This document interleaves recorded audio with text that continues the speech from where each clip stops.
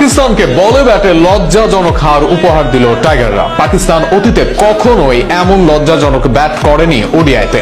শুরুতে নাহিদের গতির ঝড়, এরপর তামিমের ব্যাটিং তাণ্ডব। হেসে খেলে স্বাধীনতার মাসে পাকিস্তানের বিপক্ষে প্রথম ওয়ানডেতে জয় তুলে নিল সিমন্সের শিষ্যরা। আরো থাকছে প্রতিবেদন। 50 ওভারের ম্যাচ, অথচ পাকিস্তান অল আউট 114 রানে। সেই জবাবে সাইফ 4 করে আউট হলেও পাকিস্তানের বোলারদের সাথে ছেলে খেলা করেছেন তানজিদ হাসান তামিম। একের পর এক 4-6 তাকে সঙ্গ দিয়ে দলকে জয়ের দিকে নিয়ে গিয়েছেন সাবেক ক্যাপ্টেন নাজমুল হোসেন শান্ত। এর আগে বাংলাদেশ টস জিতে ফিল্ডিং করার সিদ্ধান্ত নেয় টাইগার অধিনায়ক মেহেদী হাসান মিরাজ। শুরুতে পাকিস্তান 10 ওভারে কোনো উইকেট হারায়নি এবং 41 রানের জুটি গড়েছিল।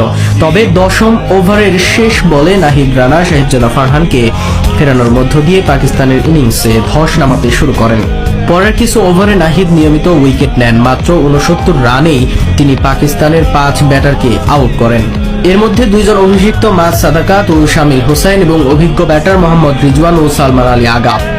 নাহিদ রানার ক্যারিয়ারের প্রথম ফাইফার লক্ষ্য হয় এই ইনিংস। আর তার 5 উইকেটের সঙ্গী মেহেদী হাসান মিরাজ নেন 3 উইকেট, আর তাসকিন আহমেদ ও মুস্তাফিজুর রহমান নেন 1টি করে উইকেট। মাত্র 30.4 ওভারে পাকিস্তান 114 রানে অল আউট হয়ে যায়। এরপর পাকিস্তানের বাংলাদেশ সর্বনিম্ন রানের ইনিংস। এটি পাকিস্তানের বাংলাদেশের বিপক্ষে সর্বনিম্ন রানের ইনিংস।